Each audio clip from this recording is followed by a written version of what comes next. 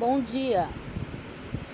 Nessa quinta-feira, com o mar um pouco revolto, como vocês estão vendo, né, depois de uma chuva, nós continuamos então a compartilhar o capítulo Testemunho em Forma de Diário. Estamos na última parte, no finalzinho desse capítulo do meu livro Da Honra ao Perdão Divino. 11 de setembro. Depois de tentar e ainda me frustrar com deixar tudo com Deus e descansar, fui submetida a uma cirurgia bucal de enxerto para implante dentário. Tive muitas pessoas orando e foi tudo muito bem. Porém, ainda não recebemos resposta do financiamento. E ao chegar a casa, olho para todas essas coisas jogadas, outras dentro de caixa de papelão, por não estar num apartamento arrumadinho. Aff! E o sorriso que meu marido pede todos os dias não consigo dar. Por quê? Incrível como o programa de Deus parece que não fecha com o meu. Isto mesmo, Deus é um ser intencional.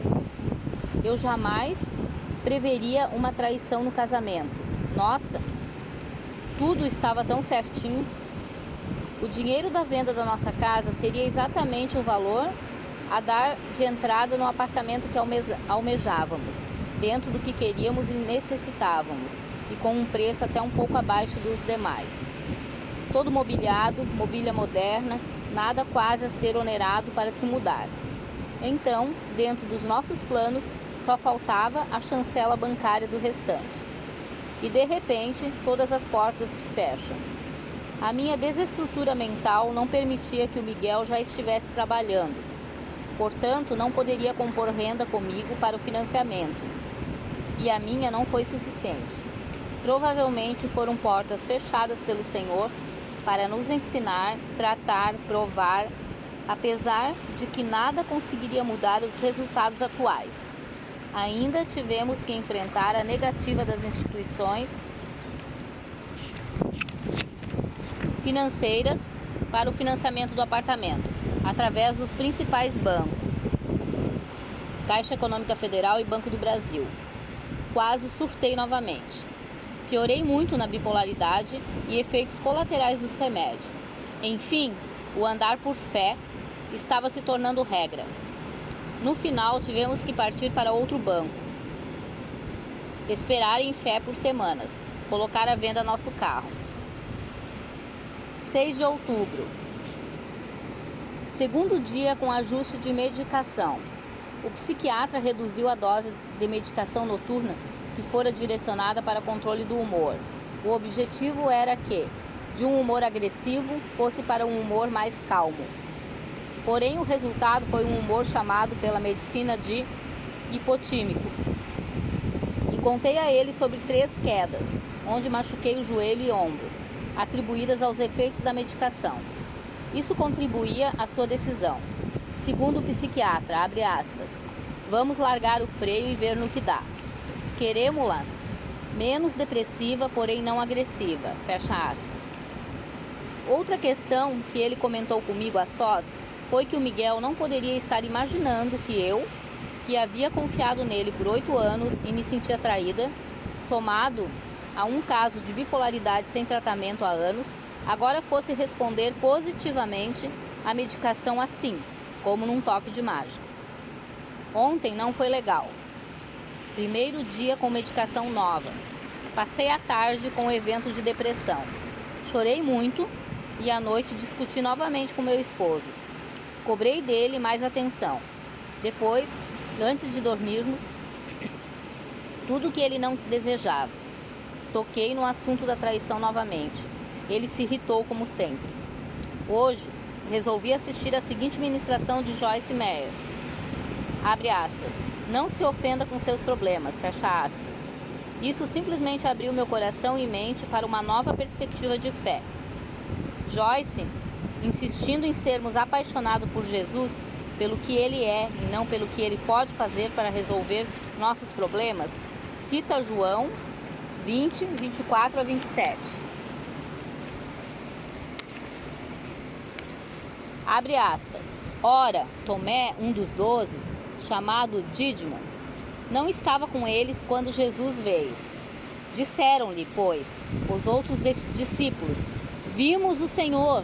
Mas ele disse-lhes: Se eu não vir o sinal dos cravos em suas mãos, e não puser o meu dedo no lugar dos cravos, e não puser a minha mão no seu lado, de maneira nenhuma o crerei. E 8 dias depois, estavam outra vez os discípulos dentro, e com eles Tomé. Chegou Jesus, estando as portas fechadas, e apresentou-se no meio, e disse: Paz seja convosco. Depois disse a Tomé: Põe aqui o teu dedo, e vê as minhas mãos, e chega a tua mão, e põe-na no meu lado, e não sejas incrédulo, mas crente. Fecha aspas. Joyce Meyer não se ofenda com seus problemas. E realça que não podemos ter uma fé baseada no que Jesus faz para que nos sintamos bem. Lembro-me de como fui às lágrimas quando ela falou, abre aspas, não despreze seus momentos difíceis. Eles trazem mais benefícios na sua vida que você imagina. Você não sabe o que Deus está fazendo. João 13:7. Respondeu Jesus e disse-lhe: O que eu faço não sabes tu agora, mas tu saberás depois. Fecha aspas. Joyce Meyer não se ofenda com seus problemas. Ela lembra uma história onde um homem revoltado por ter seu filho morrido e culpando a Deus perguntou, abre aspas, Deus, onde o Senhor estava quando meu filho morreu? E a resposta foi: no mesmo lugar que eu estava quando meu filho morreu. Fecha aspas. Joyce Meyer não se ofenda com seus problemas. Joyce foi abusada por seu próprio pai por 15 anos. Nasceu de novo, recebendo Jesus aos 9 anos de idade e sempre pedia a Deus para pararem os abusos, para que seu pai morresse e tudo parasse. E Deus não a tirou dali. Semana após semana, mês após mês, ano após ano. E ela perguntava, abre aspas, quando Deus? Quando? Por que Deus? Por quê? Fecha aspas. Segundo suas palavras, abre aspas, Deus não me tirou daquela situação, mas me deu força para suportar, para passar por aquilo. Pedro foi liberto da prisão, João não. João teve sua cabeça cortada. Todos queremos ser Pedro e não João. Deus tem um motivo e um dia entenderemos. Pode ser que seja para ajudarmos outras pessoas a passarem por uma situação simplesmente por termos passado por aquilo e termos resistido. Se apenas estivermos aqui, vivos, saudáveis e vivendo uma vida radical servindo a Cristo, amando a Deus acima de tudo e sem pena de nós mesmos, já tendo passado por essa fase. E podendo passar por essa fase, uma senhora, ninguém, de lugar nenhum, abusada na sua infância, hoje pregando para milhões de vidas. Fecha aspas. Joyce Meyer não se ofenda com seus problemas. Nessa ministração, Joyce deixa claro que viver uma vida radical em Cristo é simplesmente amá-lo e servi-lo, apesar de tudo, e não pelo que ele nos oferece de bom. O que realmente me deu certeza de que eu estava vendo as coisas enquanto vivia minha dor de forma errada foi a frase final de Joyce, abre aspas, Deus é fiel, Ele te diz, eu te darei o dobro das tuas lutas, eu te darei uma recompensa, dar-te-ei o teu galardão, eu sou teu vingador, eu serei isso por você. Por que você não para de se preocupar em por que Ele não está fazendo agora por você? E olha para as coisas que Ele prometeu que vai fazer antes de tudo acabar? Fecha aspas. Joyce Meyer não se ofenda com seus problemas. Nós terminamos aqui esse capítulo e a gente vai iniciar agora um novo capítulo do livro. O nome dele é Escolhendo a Dependência de Deus. 3 de outubro de 2013. Tenho a mais absoluta certeza de que a única escolha que posso fazer é ser totalmente dependente de Deus. para tudo. Não dá mais para querer escolher como sofrer menos, se eu decidir equalizar as situações da vida. Afinal, foi Deus e não eu quem trabalhou na vida de meu esposo, através do Espírito Santo, de forma que teve que confessar seu pecado e se arrepender quando eu já estava longe da cidade de Lages. Explano a respeito desse mover do Espírito Santo tão somente para explicar o início dessa nova etapa em minha vida. Não há como falar de todas as coisas em que o senhorio de Deus se mostrou no curso da minha vida. Mas meu testemunho é somente de como se processaram o pecado e o perdão em nosso relacionamento conjugal.